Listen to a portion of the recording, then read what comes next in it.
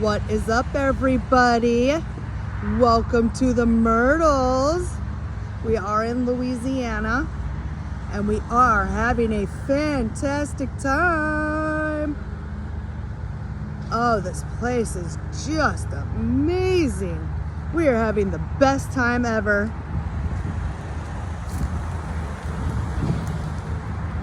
We have had a lot of unexplainable things that have happened to us here at the Myrtles.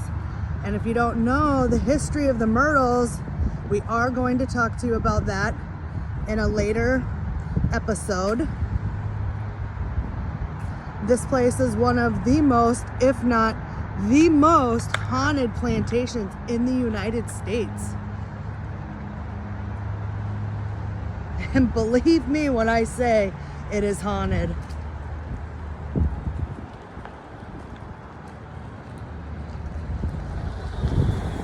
It is also a very busy place.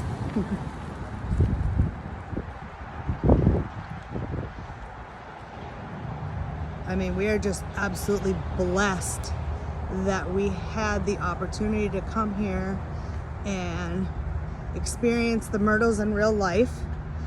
I first found out about the Myrtles when I was only 11 years old. National Geographic featured the Myrtles on one of their shows because of a picture that was taken here on the property. Wasn't it the mirror too? Yep. How they cleaned the mirror? Yeah, so National Geographic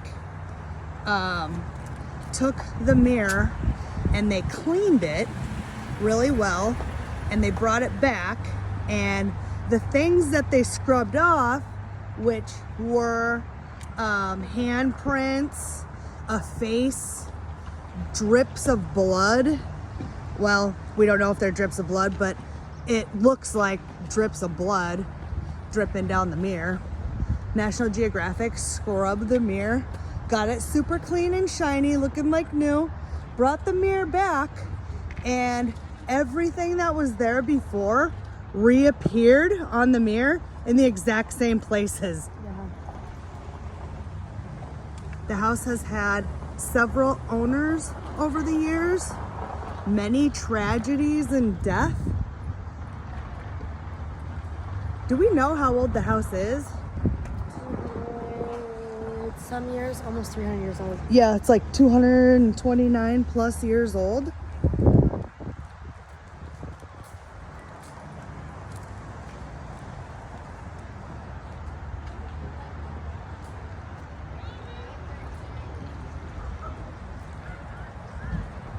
So, legend has it that the former owners, Mr. Woodruff and his lovely wife Elizabeth, had a slave named Chloe who would attend to the children. She was the nanny back then.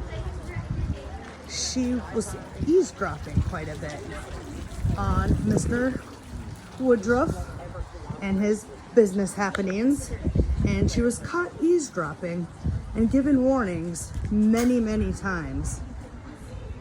And one day he was having a meeting in his gentleman's room, and Chloe was doing her thing. She plugged that ear onto the wall, actually it was the keyhole, and she was listening in on the conversation she was not supposed to be having. And the door busted open and she fell in right into the meeting. And Mr. Woodruff was so embarrassed about this, he cut her ear off. Back in those days, that was very common, and that happened. So he went ahead and took away that ear so she couldn't listen any longer. And she was forever seen wearing a turban around her head to cover up the fact that she no longer had an ear. So moving forward a little bit, Chloe was always scared that they were going to send her out into the field to work instead of taking care of the children. And after the ear incident happened, they did take her away from the children, who she loved very much, and they put her on kitchen duty. And she was very upset about this because she was a second mom to those children, the 3 children, and it really upset her. So she was trying to get herself back in to the children's lives, and what not a better way to get back in than to make the children sick. The very children that she was taking care of, she made sick so that she could go and take care of the children. She knew if they were sick, they were going to call for her and not the new nanny, because she had been taking care of them for so long. So she took some oleander and she took an opportunity. The opportunity was a double birthday party for 2 of the Woodruff children, Cornelia and James. She mixed up some oleander into their birthday cake while Mr. Woodruff was away from town, and she fed the children the birthday cake with the poison. Now, the poison was not supposed to harm the children too bad. It was just supposed to make them sick.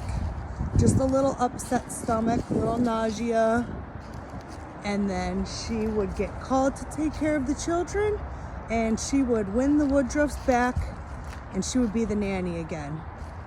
Well, that didn't happen. You see, earlier in the evening, the baby, Mary Octavia, was put to bed early, and Mrs. Woodruff and the 2 children, James and Cornelia, ate the birthday cake, and in the middle of the night, Chloe heard the baby screaming and nobody tending to the baby. So she went up to go and check on everybody, concerned to see what was going on, and she found the 2 children and their mother dead and the baby crying. So she naturally freaked out. She was very upset, and she went and told the other slaves that she didn't mean to kill them. She only intended on making them sick a little bit, and she wanted to nurse them back to health. Well, they didn't want to be caught dead, pun intended, with that story, and they didn't want Mr. Woodruff to know that they supported this. So they killed Chloe and they drowned her in the Mississippi River so that her spirit could not rise. Because back then they believed if you were submerged in water, your spirit could not arise and come back to haunt anybody. So as legend has it, Chloe was killed by the slaves, submerged in the water, and returned anyways as a spirit on the plantation, because there is a very famous photo that shows what appears to be Chloe peeking behind a post in a picture. The picture was taken when nobody was here. Mrs. Woodruff had to take a picture of the property to send to the insurance company,